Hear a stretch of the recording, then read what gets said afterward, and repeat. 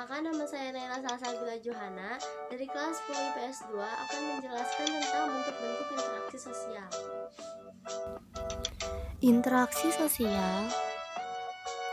Interaksi sosial adalah hubungan sosial yang dinamis berkaitan dengan hubungan antara individu dengan individu, kelompok dengan kelompok, dan individu dengan kelompok. Bentuk-bentuk interaksi sosial. Proses asosiatif. Bentuk interaksi sosial asosiatif adalah bentuk interaksi sosial positif yang mengarah pada kesatuan. Proses asosiatif juga disebut proses sosial integratif atau konjungtif. Proses ini penting untuk kemajuan masyarakat.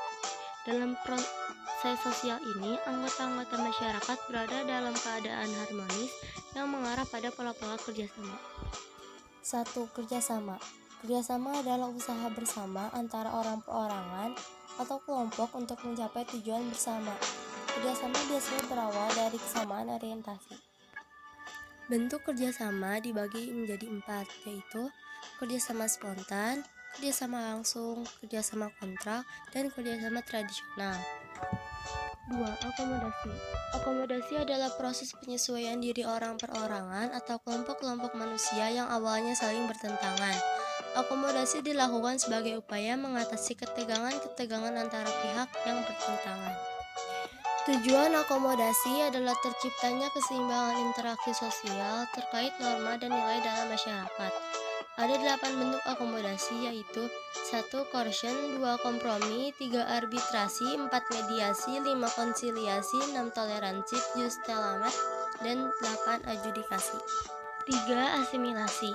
Asimilasi merupakan proses sosial yang ditandai usaha-usaha mengurangi perbedaan-perbedaan yang ada di antara perorangan-perorangan atau kelompok-kelompok manusia.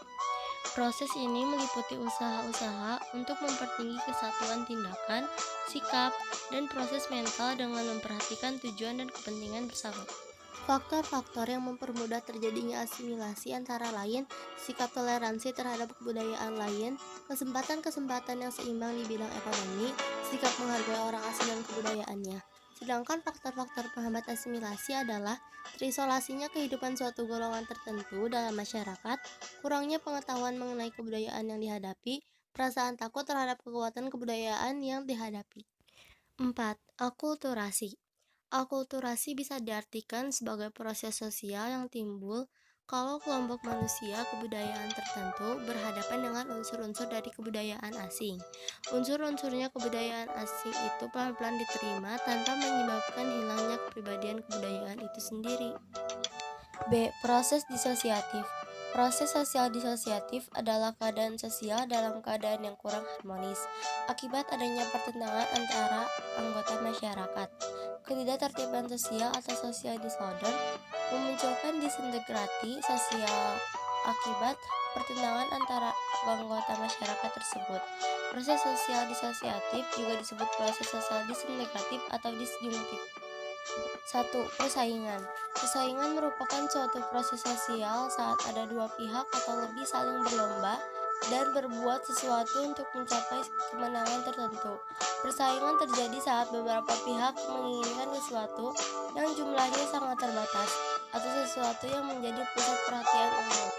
Ada beberapa fungsi persaingan, yaitu 1. Menyalurkan keinginan individu atau kelompok yang sama-sama menuntut dipenuhi, padahal sulit dipenuhi semuanya secara serentak. 2. Menyalurkan kepentingan serta nilai-nilai dalam masyarakat, terutama kepentingan dan nilai yang menimbulkan konflik. 3. Menyeleksi individu yang pantas memperoleh kedudukan serta peranan yang sesuai dengan kemampuan. 4. Kontravensi. 2. Kontravensi. Kontravensi merupakan proses sosial yang ditandai ketidakpastian, keraguan, penolakan, dan penyangkalan yang tidak diungkapkan secara terbuka. Penyebabnya adanya perbedaan pendirian antara kalangan tertentu dengan kalangan lain dalam masyarakat atau dengan pendirian masyarakat. Menurut Leopold von Weiss dan Howard Baker, bentuk kontravensi adalah 1. Kontravensi umum, 2. Kontravensi sederhana, 3. Kontravensi intensif, 4. Kontravensi rahasia, 5. Kontravensi taktis. 3. Pertikaian. Pertikaian merupakan bentuk lanjut kontravensi, artinya perselisihan sudah bersifat terbuka.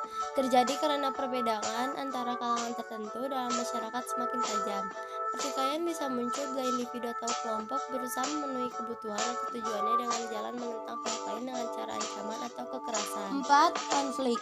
Konflik secara umum memang sering terjadi di dalam masyarakat sebagai gejala sosial yang alami.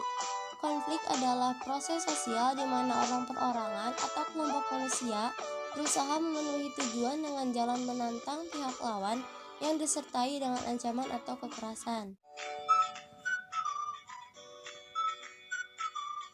Sekian dari saya, jika ada salah-salah kata mohon dimaafkan. Wassalamualaikum warahmatullahi wabarakatuh.